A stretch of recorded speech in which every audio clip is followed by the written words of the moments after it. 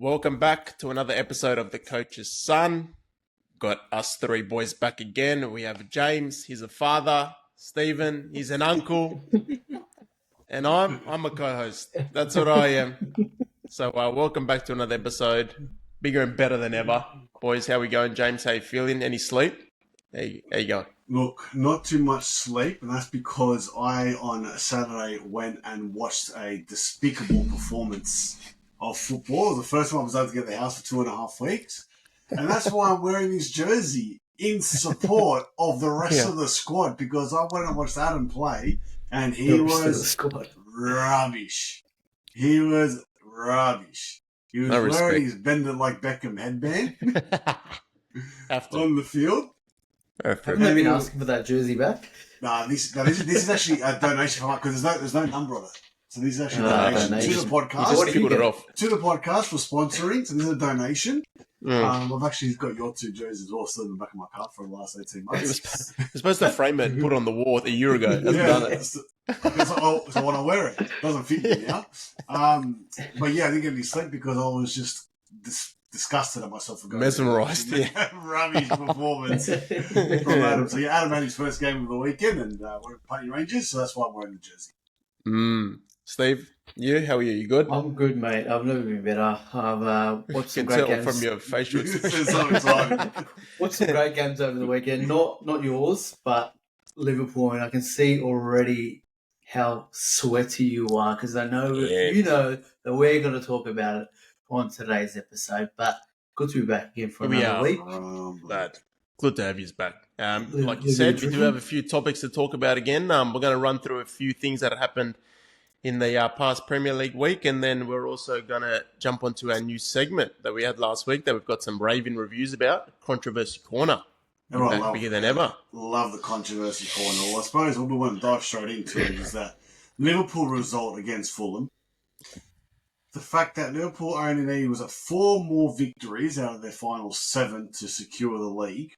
It could have happened against Fulham, but Fulham dished up a nice serving of apple crumble.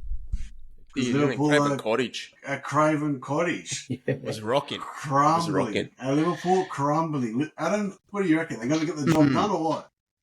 Quick shout out at Craven Cottage to our favourite groundsman, Cameron. Yeah. True. If you haven't checked out that episode, make sure you check back and go check it out. Cameron, I know you're listening. I want you to send Adam a nice, delicious apple crumble. DHL, get in a couple of days. Still fresh, don't worry. Yeah, look, it was a disaster. We're having a bit of a rough run at the moment. Definitely Liverpool, I think, crashing out of the Champions League and Carabao Cup, and some bad results now as well in the Prem. Some would say we're crumbling, still 11 points clear, but a couple of tough fixtures coming up. Tough fixtures. But yeah, Fulham really, they turned up. Look, we did score first. McAllister put us forward. But then it just disaster. Defensive displays was shocking. Robertson, little errors. Van Dijk, little errors. And Fulham just capitalised. Our favourite man, Iwobi, just really stepped up at a big performance. Wow. Big performance. It's 1 win in the last 4 in all competitions for Liverpool. The champions don't do that. Champions do not do that. I was going to say, I mean, are they crumbling? I was going to use the word crumbling again. That's going to be the theme of the episode. But are they crumble when it matters? I mean, you're talking about they finished first in the Champions League table in the league format. Was it PSG they came up against, and when it mattered to try and win a knockout tournament, lost. Made it to a final, the Carabao Cup. When it mattered, lost. Got knocked out of the FA Cup early doors. And now these games are really, I mean, every Premier League game matters, but these really matter. They do. You're not wrong. I can't disagree with you at all. You're so nervous. But you know what? If we do take it away, I think it's still a special season, but it was not as good as, well, I mean, if you're looking back maybe a couple of months ago, everyone was talking about the quadruple. Yeah, you were talking about quadruple. Everybody else. Now, mate, I can quadruple servings a crumble. That's it, mate. Completely forgot that other teams existed. I know. Bit of a disaster. I will say, PSG, sensational team. That was a hard fixture up. for us at the Champions League. You guys were the best team in the Champions League. You should be winning. Were. Yeah. Keyword were. Keyword were. Before we have a look at the fixtures, looking back to when Liverpool last won the league, they got pumped by the team that got relegated. I think they even came last. Watford 3-0 as well. Could this be the slip up that Liverpool need to then now kick on to win the rest of their matches? They only need to win 4 matches. Absolutely. Slip up or more of a kick up the arse? Because I like the slip up. Slip up. Just give me PTSD of Stevie G. And you know what? You did mention 4 wins. That's all we needed. And the 5th game is actually up against Arsenal.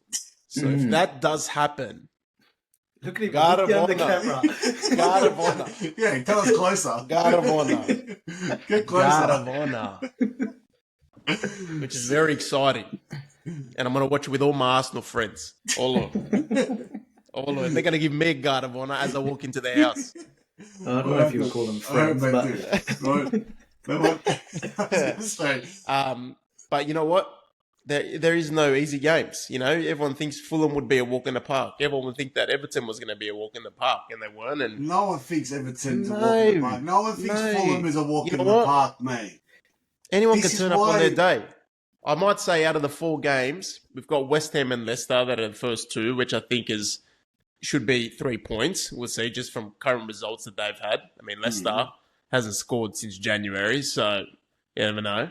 But then we've got the mighty Spurs, and then the billionaires, Chelsea. So we have to wait and see. I'm just going to repeat something that you said before we started recording, Adam, because I thought it was a bit of gold. You looked at these 4 fixtures and you were like, God, that's such a tough run. Hey. West Ham at the moment. Let me just pull up this table. West Ham at home. 16th. You know when we did our top tables at the beginning of the year, our fixtures, I put West Ham in the top 4.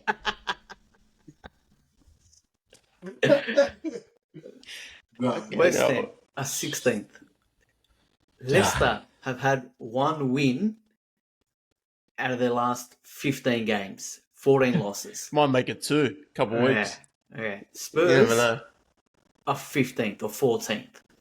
So you can't call that a tough run. That should be 3 out of 3, 3-0 victories, and they need 1 win out of their last 4 games.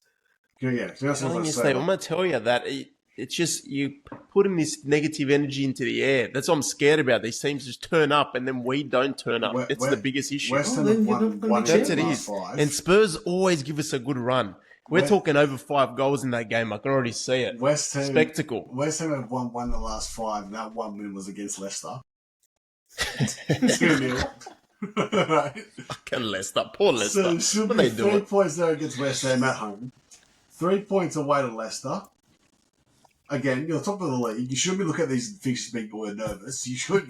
Leicester should be looking at you going, well, that's a loss. We can't win that game. Then you got Spurs at home.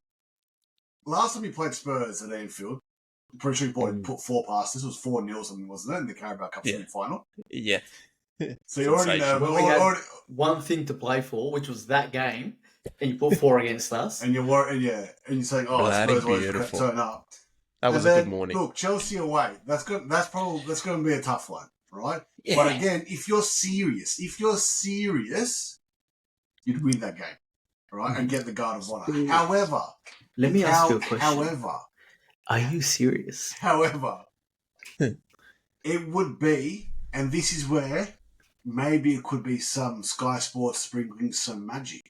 The build-up to the Liverpool-Arsenal game, if the title was still in the balance, would be huge. Now, I'm not saying there's going to be match fixing. I'm not saying that at all. I'm just saying it could be either a guard of honor or it could be the biggest game of the season. I think I'm going to say biggest choke of the year, but yeah. And if Liverpool lose that game, it'll be the biggest choke of the year. I didn't even think of it like that. What are you doing to me? I'm sweating. Imagine the nerves. Imagine the nerves. You won't have to watch it. You couldn't watch it. Can you imagine that? But 13 points clear, don't win the season. Oh, don't even want to. Just got a pit in my stomach. No, good. Let's move on to the next segment. Crumble Controversy Corner. Must be very confident in your team, Adam. I love it. recent things, man. I'm not. I still love it to death. Well, so they've got West Ham this week. Let's just quickly run through the fixtures of what we've got this weekend on the Premier League. More obviously specific Liverpool. They're playing against West Ham on Sunday night at 11 p.m. our time, Sydney time. Perfect. It's not a bad time.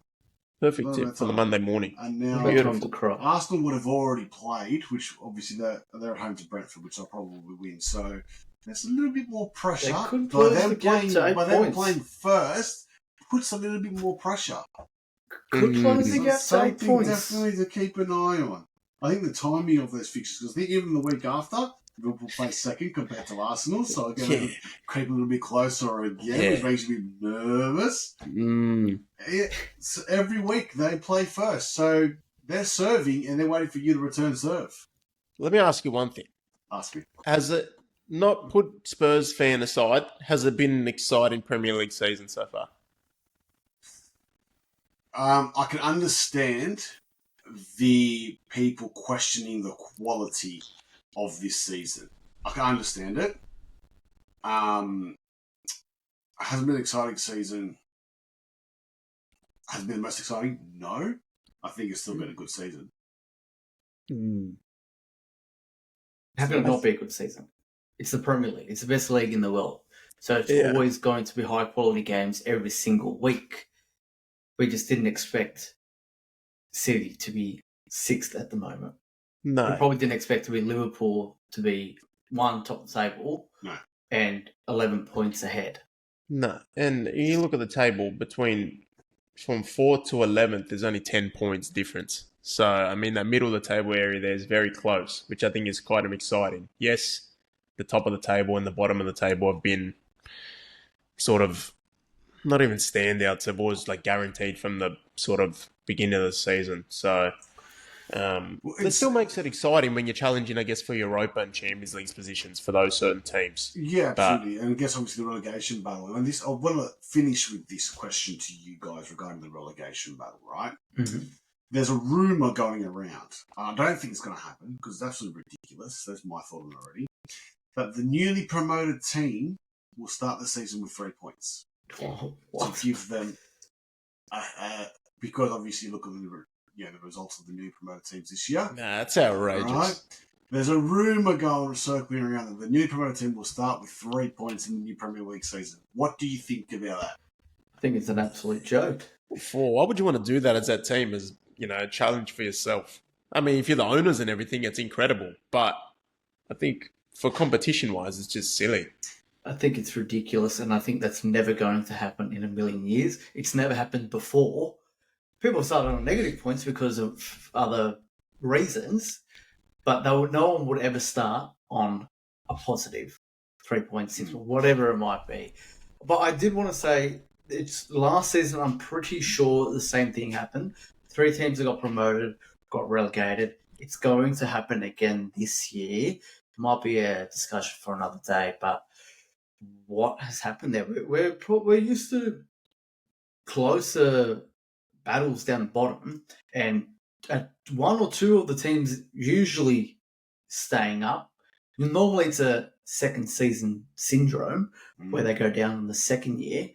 But I feel like the last couple of years, the 3 promoted teams not even putting up a fight. They're really struggling with the difference, I think, in intensity from the Championship to the Premier League. But it's almost guaranteed now in the Championship too already. You've got the top 3 teams that clear by 10 points already from 4th place. But that's interesting, because that 3rd place team, you wouldn't want to be that 3rd place team. You're going into a playoff against 3 other teams there, and there's no guarantee you're going through. And it would be hilarious knowing, I'll be kind of keeping up to date with it, Leeds being first for the majority of the season. Yeah. If they sneak down to come 3rd and not get promoted again, they've done that the last couple of years, that would be disaster for them. Well, the top 3 teams are all teams that have had recent Premier League experience. You've also got Burnley and then you've got Sheffield United. So Yeah, It's got to see. I think it very much depends on how hard the team works in the off season to prepare for the Premier League season. We've seen with Forest when they come out, the amount of money that they have spent to stay in the Premier League and obviously to get to where they are now. No one anticipated that for them to be where they are now, but the amount of money that they've spent to secure themselves as a Premier League team. So I think so many clubs just focus on that that promotion, and they leave themselves too short and too late to then consider what's going to happen next year. I think a bit more forward thinking, forward planning from those clubs, a bit more trusting the team that they will get over the line to get promoted and start thinking about what's going to happen come next year. But yeah, good point. That could be a potential controversy corner topic for another time. Leading into controversy corner. Now, the topic here, obviously, Adam plays the graphic of the corner being taken. Thank you.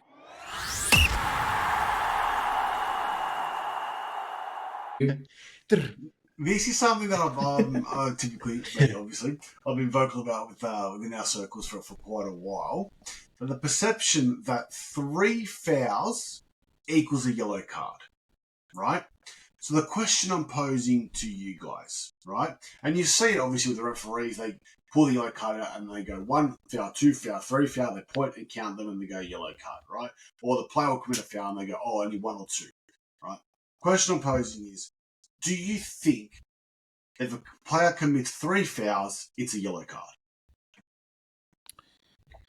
I think it needs to depend on the severity of the challenge. I think even so much as also been given out nowadays for dissent. That's tended to happen heaps this season, a lot.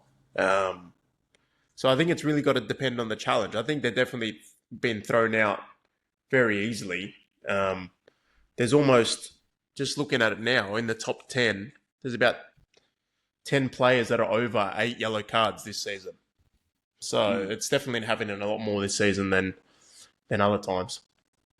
I saw on Facebook recently that there's been so many more yellow cards this year compared to 15 years ago, and there's a shitload of less tackles being made now than there was 10, 15 years ago.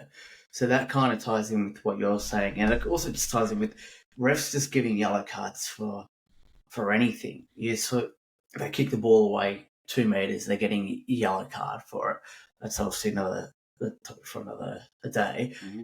Going back to you with the current controversy corner topic of 3 fouls, I kind of feel like, for as long as we've been playing, I kind of feel like it's always been a rule in the back of the ref's mind, but recently we've been seeing the ref saying 1, 2, 3 fouls, that's a yellow card. Yeah. I feel like back when we were playing, growing up, competitive, if someone made multiple fouls, we'd be doing the same thing. We'll be going to the ref saying, hey, he's made so many fouls, why haven't you booked him yet? 1,000%. Yeah. I think they think of the golf crowd energy as well too now, especially when you're playing the Prem. You got fans screaming at you for this guy to go this way, this guy that way. So of course, I think it definitely referees shouldn't be listening to the opposition. Oh, absolutely not. Or the crowd, absolutely not. Because obviously, if it's a 50-50 call, whether it's a one way or the other for a corner or a goal kick, you're not going to go, oh yeah, that player said it's a corner, so I'm going to give him a corner. Or the crowd's screaming for a corner, I'm going to give him a corner. Right? I think it's, like Adam said, I think it depends on the severity of the tackle. I think it's very situational. Obviously, if the team is counter-attacking you on the break, whatever it may be. Did you think it should depend on the severity of it? Not it does depend on the severity of it, because it doesn't at the moment. You make 3 fouls. I make 3 fouls and yellow card, and I think it's hindering attacking play. Right? We're seeing less tackles. What defenders are doing now is they're just getting themselves back behind the ball. They're getting in their shape, they're getting in their position. An attacker needs someone to dive into a challenge to then beat them, to go around them. And if a defender's like, well, if I commit another foul, well, I'm just going to stand off and not do anything. Which means that player's going to go, well, I'm not going to try and beat him down in this corner and try and do a rainbow flick over his head, because he's not going to foul me. He's just going to stand back a few yards. So I'm just going to pass the ball back. So we're losing an attacking aspect on it as well. But I think the other thing as well is that if you're playing, let's say, as a left back against, let's say, Salah, for example, right? You know Salah's going to get so many touches of the ball, right? You know that you're going to be put into so many 1v1 scenarios and situations that, you know what, you might foul him a couple of times. But guess what? That's okay, because you just got a free kick, right? You just got a free kick. There's the punishment there. Now, I'm not saying that, he can just keep on doing it 20 times a game against him, not get punished. 100%, like I said, if he is constantly doing it over the course of the game, I mean, I've seen a player get a yellow card in the first half for 3 fouls, right? Now, that rules that player out for the rest of the game now. That means that attacking player will not take them on. As long as we like to believe that, that guy's on a yellow card, attack him, he's going to get second yellow. No, he's not. He's just going to stand off 5 yards and let you have the ball. He's not going to do anything. Or he'll get subbed. So we're losing an attacking notion of the game as well because of it. But also I find that attacking players are looking for fouls. So if you see a player, like let's say the team's back's against the wall, ball goes up forward to a forward player, he chests the ball down, his back's towards goal, he feels a little push, and he falls to the ground. Does 3 of those kind of fouls determine a yellow card? Absolutely not, because the attacking player is actually looking for the foul. So why would you then punish the defending player because the attacking player got the result that they wanted and getting the foul? And I think it's very situational. I think it should be obviously the dangerous tackle, breaking up a counter attack and obviously a potential goal scoring opportunity. Or if a player has been absolutely battering the same guy the whole game, maybe after 5, 6, I don't know, pick a number, right, to the point where this player is absolutely torn to shreds, book him, but not 3 fouls. Well, I think that's where they have picked a number, and they picked that at 3. I'm not saying it's right. I don't think it's right. 3's not many at all. A single person can make 3 fouls within 5 minutes. Easy. Yeah. Easy. And I don't think it's right. I mean, I saw a game. It was a few weeks ago. It was where it was a Spurs v Fulham actually. Fulham, where the Fulham player got booked for 3 fouls, and the foul was nothing. It was a nothing tackle, right? But 5 minutes before that, I'm pretty sure it was my man Bentancur came in with a great tackle, if you want to call it that. Crunching tackle. But it was his first tackle, first foul. He didn't get booked.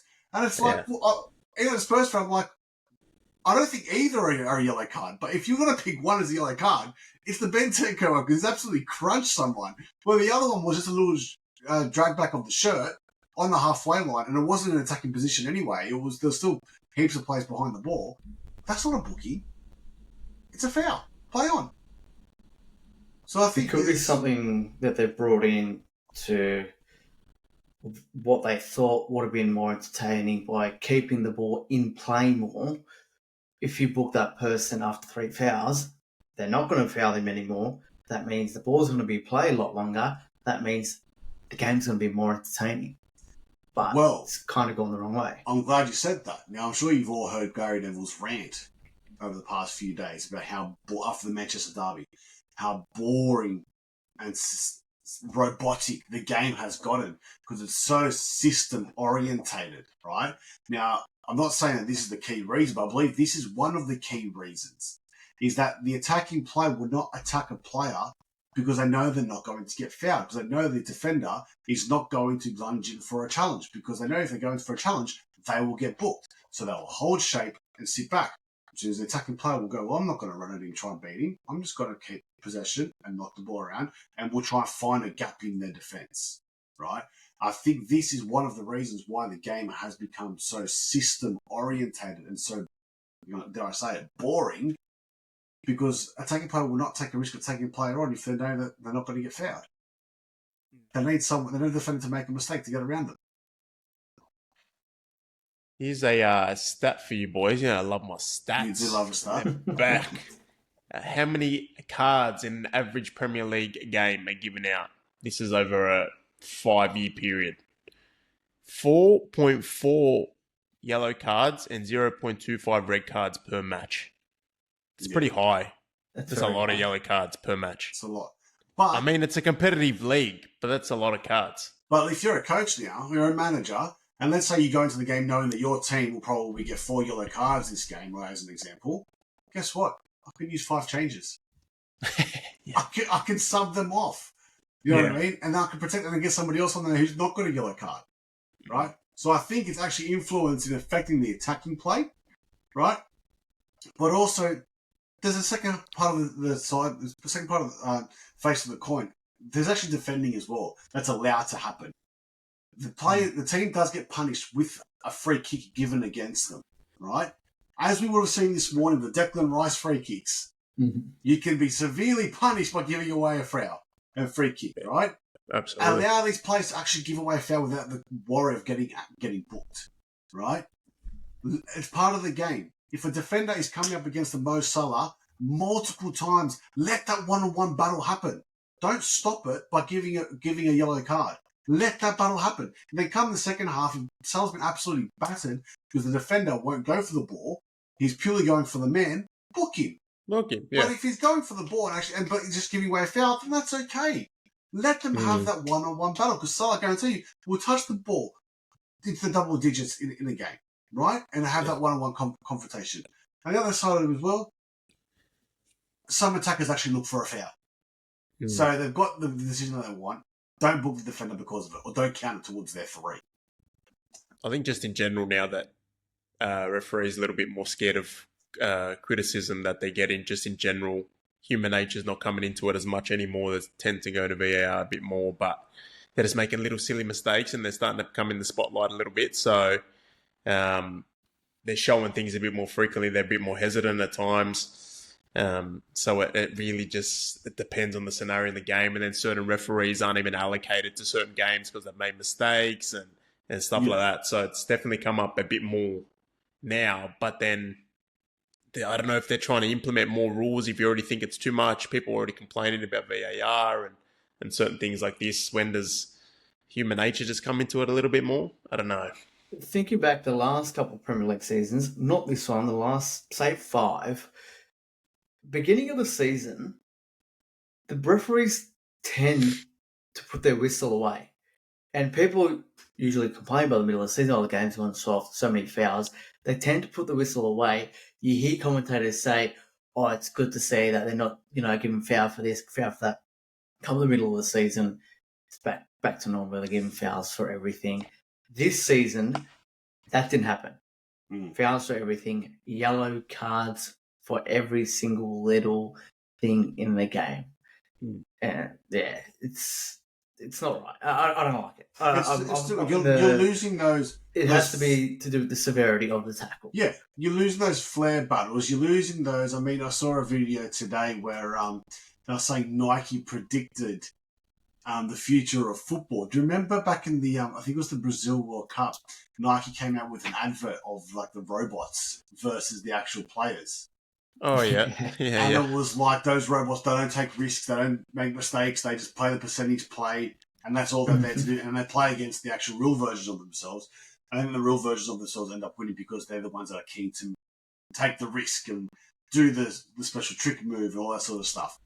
I think implementing this 3 tackle or 3 foul perception and that you get a yellow card, having this actually implemented is falling into the hands that we're turning the players into robots. Because if you're a defender, you're like, oh, I'm not going to make a tackle. No one's making tackles anymore. Which means the defenders are not going to run at it. It's a contact sport. If they get fouled, they get fouled and get up and move on. By enjoying the other thing as well, I think players, I guess we could add this to it as well. If I see a player again, right, go down, pull his sock down, and then say to the referee, look at my shin, there's a stud mark there, but his shin pad is this big, that's a yellow card. Give him a yellow card. What's the point of shin pads anymore? Oh, you see players with their ankles are pretty much around their socks around their ankles. Yeah. Yeah, collisions are going to happen. It's a contact sport. Yeah. So if you see, I've said it multiple times from multiple different players. I'm not going to mention names, right? Because they're probably listening, different players, right? So to speak. Well, Saka thought, there's one for example. I couldn't believe it. His shin pad was this big, and you go, oh, look at my shin. It's like, if you had a normal size shin pad on, that's what they're there for. Yeah. Like, and I think this is the reason why the shin pads have gone so smaller is because, well, they're not getting tackled, they're not getting fouled. Yeah. They don't have to wear shin pads anymore, pretty much, because no one's actually going into tackles anymore. Mm. So when they do get a tackle, they go, "Oh, well, I've just been hit. That's got to be a yellow card." It's like, no, the player's going for the ball. He's missed the ball. This time he's hit you. Get up, pull your sock up, and play on. He's saying that football's become a bit like training, where whenever you used to wear shin pads to training, it's a bit of a attack versus defense. Not like basketball style, going up and down, but like, okay, teams got back in their shape. Let's see what we can do and work their way around. See if anyone makes a defensive error, slide the ball through. Do you think it's become more of like a training exercise on match day? It's become a bit like the Serie A. And don't get me wrong, I appreciate the tactical acumen of the Serie A, where it's very much like basketball, where obviously Italians are famous for the defence, right? And I think that should be appreciated, not, and diving. Unbelievable. Diving. But it's been like basketball, where they sit back and they go, "You want to score? You have to get into this 18-yard box and try and score," right? Mm-hmm. That's the way they want to play. That's fine. Totally understand. Totally agree. But when you're playing in a league like the Premier League, and now you see, when you do see those moments of end-to-end football, you're like, what is this? What's this kind of football I've never seen before in my life? But it's like this is what used to happen. Not even regular, but a lot more often in the Premier League. Yeah. I think the best yellow card for me is the asking the ref to give someone else a yellow card. That's the best, mate. You fucking burn if you get a yellow card for that. But it's just such it's instinct, right? As soon as someone does, say, "Come on, ref, give it to him. They love it. The refs love it. Actually, for me, watching Spurs play over the years, my favourite Spurs team was one that had Gareth Bale on the left and Aaron Lennon on the right, running at defenders, running down the line, putting it across him. You do not see that at all anymore. What a combo. Well, that's all. I was reminiscing actually the other day. It was a Spurs v Newcastle. I think we won 4-0 at home when we had Louis Saha, Adebayor up front in a 4-4-2. And Louis Saha's, I think it was his first goal, I think it was to make it 2-0. When it was just get the ball forward. Get the ball forward. Put in the box. Put in the box. And it wasn't slow down, let's set up, let's get into our shape as an attacking unit and then try and play around these guys. It was no, just go. Just go. Straight forward passes into the space, balls in. It was unreal. It was unreal to watch. But now, obviously, it's become very systematic, but I think rules like this encourage that. Because defenders won't defend. You look at Gareth Bale's worst games, they're the ones where the defender's stopping him. They're up his ass every single game. He's not going anywhere. They're fouling him. Oh, yeah. He's been ineffective that game because defender's been able to stop him. And they might get a yellow card in 60th minute, 70th minute. If that's today, he's getting a yellow card in the first 15 minutes. Yeah. But even not just with Gareth Bale, other players like Neymar, for example, when he's tucked away in a tight space in a corner, he'll try something. He'll actually try something because he knows the defender's going to get sucked in. He'll try a flick. He'll try a trick. He'll try to do something to create something. Now the defender's not going to get sucked into that. The defender's not going to go in there. They're going to say, you know what? I'm just going to stay back a few yards. If you want to stand on the ball, that's fine. Actually, that's another point I'm going to make up. Apparently in the Brazilian league. Yeah, you just read my mind. Yeah. If you stand on the ball, you get booked. Right? Yes, literally. Again, it's taking away from defending and attacking this stupid. Taking away Jogo Bonito. Taking away Jogo Bonito. I was going to say, do you reckon this is why Brazil's been garbage the last couple of years? Because no one's putting in tackles. No one's going out to clean out Ronaldinho. When he used to run through, you see people, going studs up on him, but he's just, going around him like they're nothing. But yeah, is this the end of those kind of players like your Ronaldinhos? Because they've got no one to beat because everyone's just standing off them. Everyone's just standing off and go, I'm not going to make a challenge because I'm just going to get booked, so I'm just going to stand off. Now the only thing they're going to jump into is, I'm going to block a pass, I'm going to block a cross. Yeah. I'm not jumping in to make a tackle, which is basically what Van Dijk does anyway, each week. Big Verge. He gets stuff for donuts every week anyway. Yeah. But yeah, you're right. Stats don't lie. Maybe there won't be another Ronaldinho. I don't know. We'll have to wait and see. Chelsea will find him. Well, that's the thing. Trust me. Who currently in the Premier League would you say is the no one's going to be Ronaldinho, right?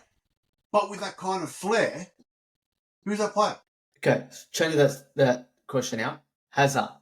There's no Hazard. There's no one in the Premier League at the moment. We had that question recently. Yeah, we did. And I was going to say the exact same person for Ron. He doesn't maybe not have the skill, but the way that he gets past players, I'll still say Morgan Rogers again. I think he's the only one that's potentially full runs, taking on people, still young, both-footed, exciting player. He potentially can be. Yeah, absolutely. I wouldn't say now, but I've got stylistically maybe, but no, there's definitely no one that would be put in comparisons. Yeah. There's no way. The person that got a comparison to Hazard recently was Salah, and they're so different. I wouldn't even say that. Completely different. Yeah.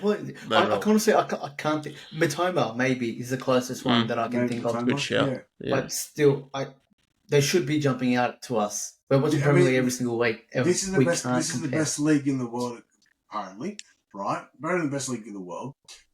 But even you look at it, and there's always at least one or two of those players.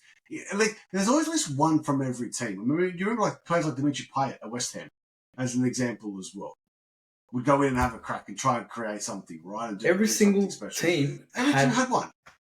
One player, stay out on the wing, try and take defender on. Wayne Routledge used to do it for Swansea. We had him on the pod. Jarvis used to do it for Wolves and West Ham. Now, who's that player? Who's that player? No one is that player now. Check back in a year's time. We'll find him. I will find him. That's what, for Spurs now, seeing Wilson Odobert do that, try and take players on, maybe not to the extent of those players that we were mentioning, but it's refreshing. Yeah, 100%. It's refreshing. But he doesn't. I'm not going to say he doesn't do enough, but I'm saying a lot of teams, they're defending on a low block because it's so safe.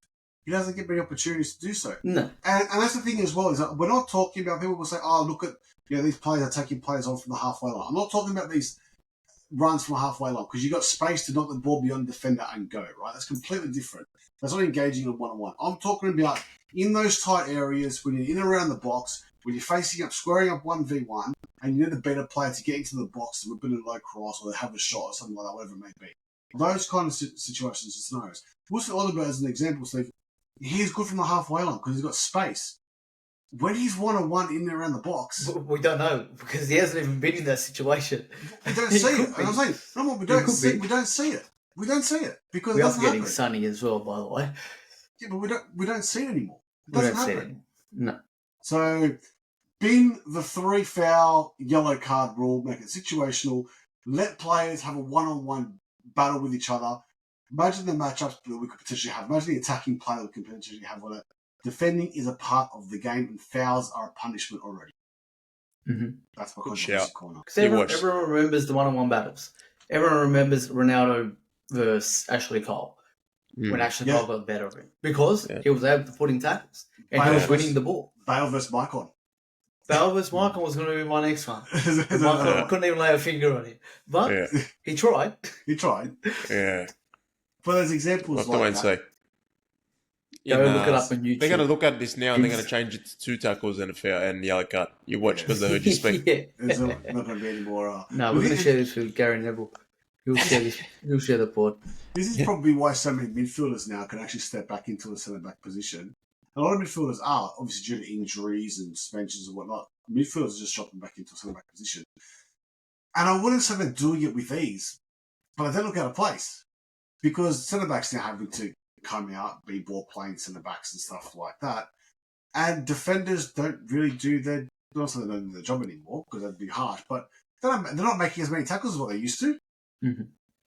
I think the perfect team for me that is still potentially doing that a little bit is Newcastle at the moment. That midfield, that's centre of the park midfield, is like Joe Linton, Bruno, and Tonali. Right into you, mate. They don't give you the time of the day. They're right up your ass, just really giving it to you the whole game. And then even the back line as well. Big Dan Burn. Just put in those challenges. Yeah. They're not afraid. I think they're one of the top teams for the most cards.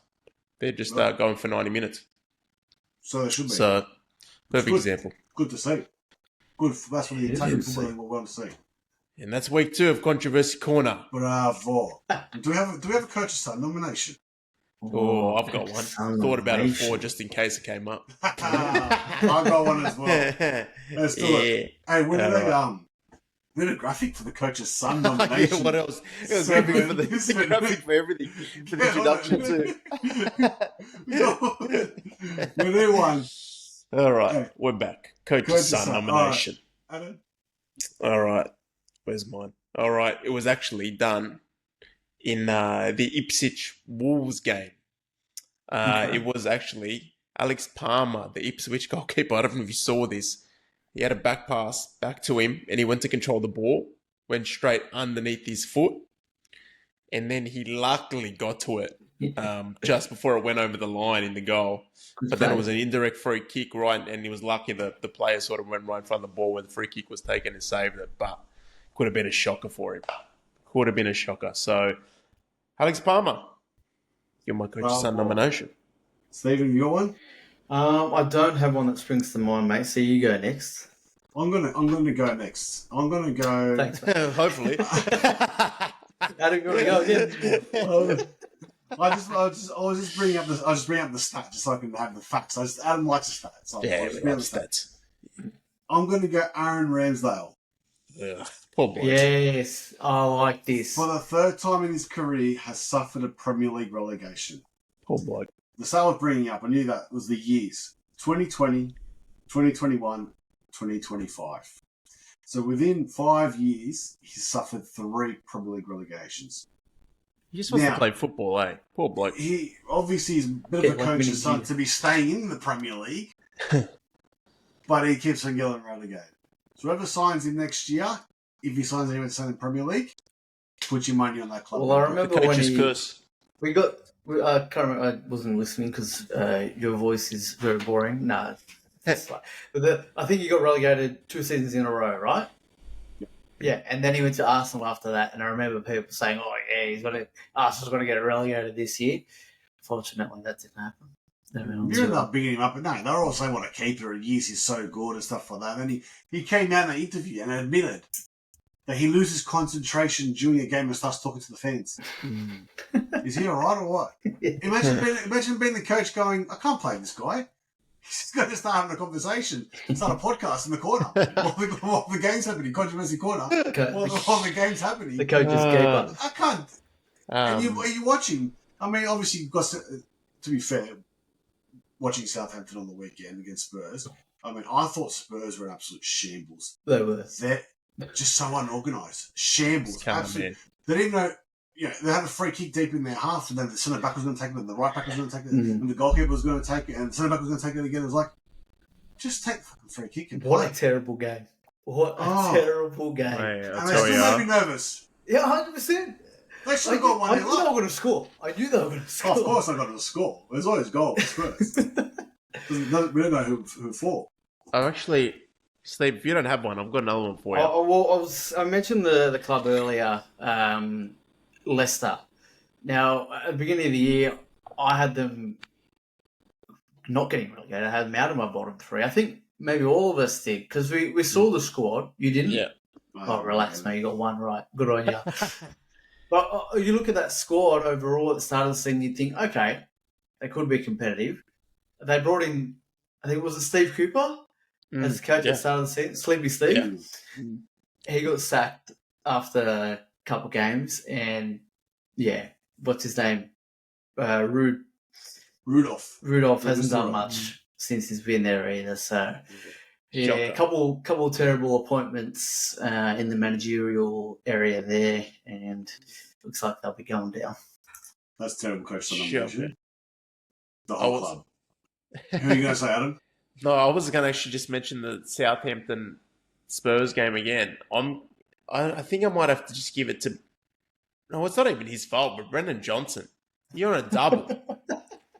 You're on a double. Got taken off him. No, Christian Romero took the ball off him. Are you joking?